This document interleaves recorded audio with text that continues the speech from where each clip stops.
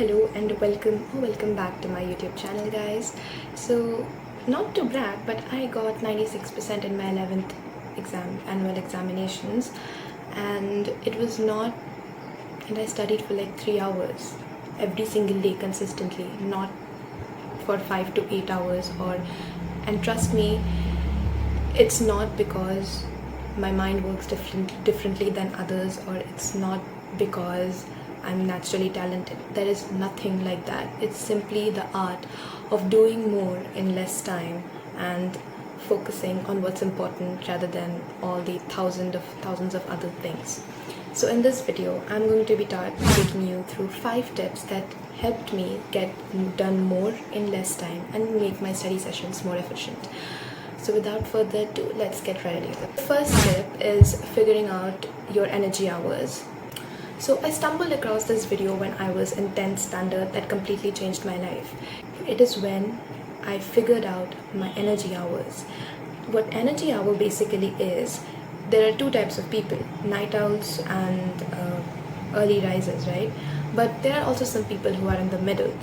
So you need to figure out when you have the highest energy throughout the day and when you have the lowest energy throughout the day, and assign your tasks or assign your study sessions accordingly. Let me give you an example.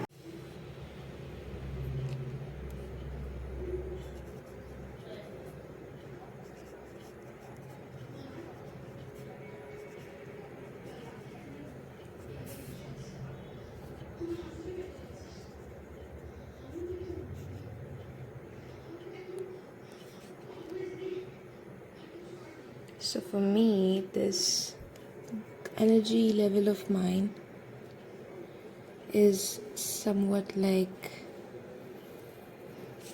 this. You get it? So my energy increases in the morning, and by the afternoon and evening it's like at its lowest, and then from the late evening it starts increasing again, but not a lot. Still, in the morning it's the highest. But it looks somewhere like this, where the energy is at the highest in the morning and by night it just drops down. And it's the exact opposite for the night owl. For a night owl, it goes something like this, the graph is reversed. You get it what I'm talking about, right? So now you know how to figure out your energy hours. So what you're going to do is, for example, if you're an early riser, you're going to put the hardest task, for example, getting maths question papers or solving math problems, which is, I definitely found it the most difficult task throughout my school years. So you're going to assign that particular hard study session in the time when you have the most energy. So I used to do 2 hours of maths practice every single day when I was in 9th and 10th standard in the morning right after I woke up, because I personally am an early riser and my mind works better when I just wake up after like a 6-hour long nap. So same applies to the night owls. If you are the most productive at a certain hour at night, then you're going to assign your hardest task at that point. And when you have the lowest energy, you're going to do passive studying, not actively. You're going to read something from your literature textbooks. Like, you see what I'm talking about? Assign the tasks according to when you have the highest and the lowest energy, because you're most likely to focus better when you have the higher energy. Another thing is, when your energy levels are literally at their lowest, like your battery is about to go down, you know when that's going to happen, right? So that's when you're supposed to take rest, talk to your family members, do your hobbies, scroll on the phone, do whatever you want to do. Just take rest. Tip number 2 is finding out what type of learner you are. This is very, very simple. You just go on the internet, take a free quiz, and you're just going to find out what type of a learner you are. So basically there are 4 types of learners. The first would be visual, then we have auditory, then we have reading and writing, and then kinesthetic. So I am personally a visual learner mostly, but then I'm also an auditory learner. I remember things by hearing and mostly seeing. I think all of the four types of learners are pretty self-explanatory except for the kinesthetic. So basically, the visual learner will most likely remember stuff that they have seen in the boards or they have seen during lectures. They're most likely to remember diagrams, flowcharts, or what the teacher wrote on the board or drew on the board rather than what they spoke about, right? Now we have second type of learner, that is auditory. So these type of people are most likely to remember what they have heard. So I remember my teacher's voice very precisely. When I have listened carefully to what my teacher is saying, I genuinely understand better, and in my exams I remember what he told me, not what he wrote on the board. I genuinely do not remember what he wrote on the board, but I definitely do remember what he told me in class to write. So that's auditory learner for you. And then we have the reading and writing. So I have this friend, okay, she literally remembers answers by constantly reading through them and writing through them. She literally writes 3 to 4 pages to remember one answer, and I genuinely can't relate to that because I never felt the need to make exceptional notes to remember stuff. I just read and I listen, and I genuinely remember stuff. So the kinesthetic learner will remember things that are more practically exercised. For example, if your teacher takes you to the lab to do practicals, you're most likely to remember the practical rather than what actually you studied in the textbook about the practical. Rather than the steps, you will remember what you did, and then you can form your own steps. And these type of learners benefit the most when they teach someone, like you are pretending to teach a 5-year-old about something, and you're most likely to remember stuff like that. Tip number 3 is making your own study routine. I know everyone hates routines, everyone hates timetables. Trust me, I do too. I also do not want to follow someone else's routine or timetable that I saw online or someone told me about, because it is built according to their comfort levels, their energy levels, and their benefit levels. That's why it is so damn important to create your own study routine that meets your needs. Your needs are different. You're supposed to create a totally unique and different routine that is adaptable for you. Because listen, my mom literally made me study every single day from 8 p.m. to 10 p.m. ever since I was like in first standard. And now my mind automatically goes into study mode whenever 8 p.m. strikes on the clock.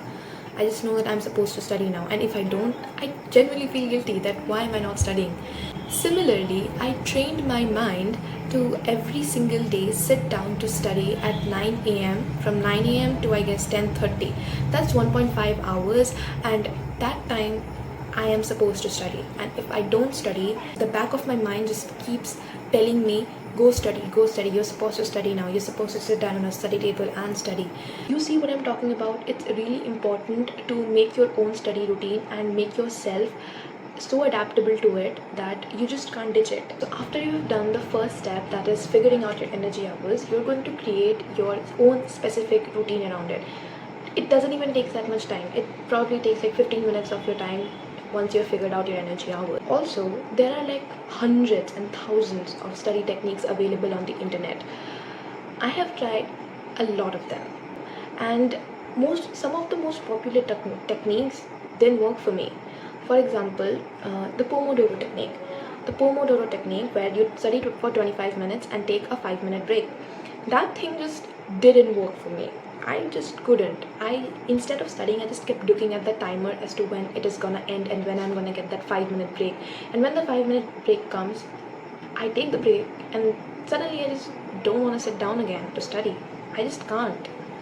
Even if I sit down, I just can't bring myself to focus. But again, positively speaking, there is another study hack that did work for me, that is the 3-minute rule.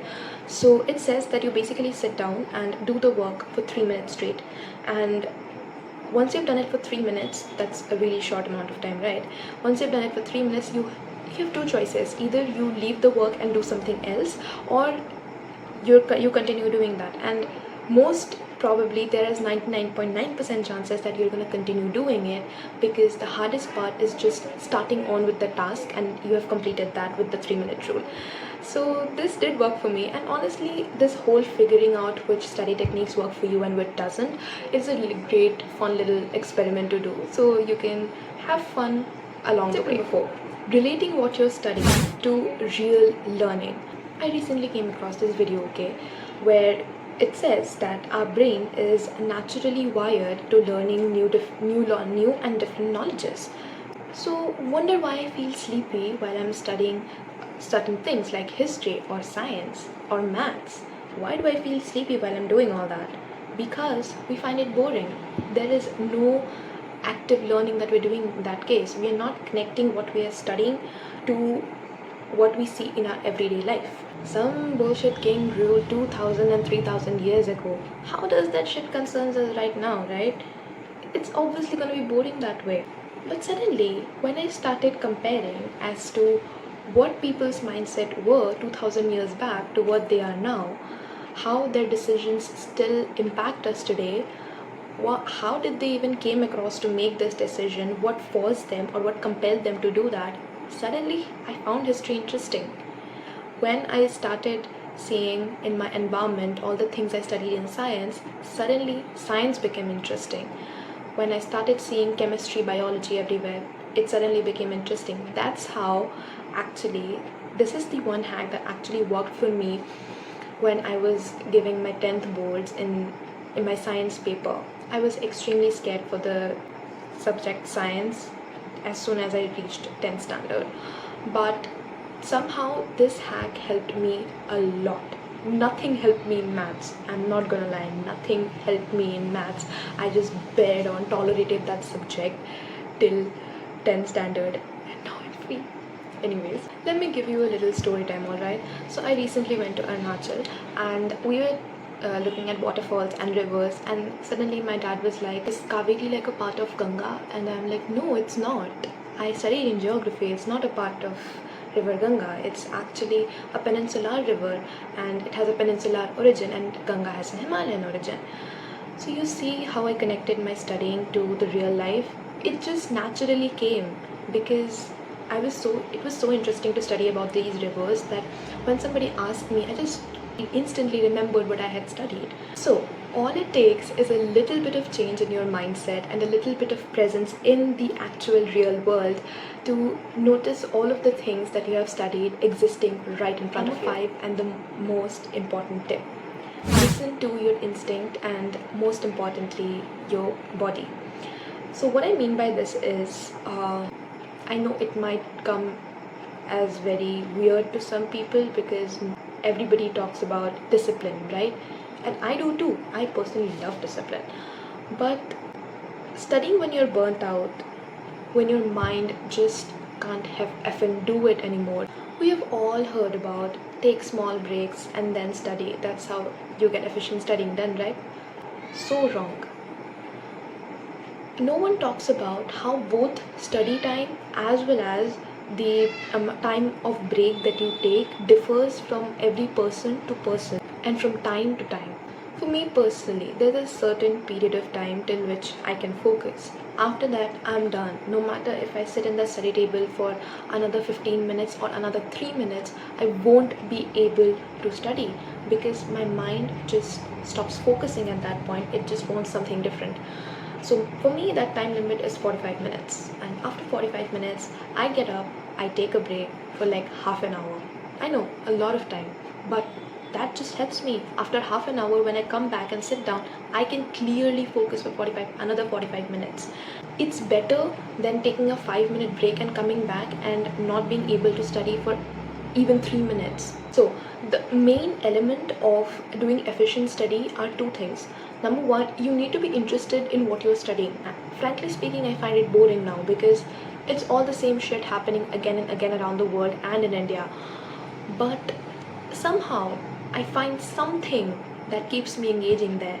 For example, if I'm not finding it interesting, I'm going to watch an animated video on it.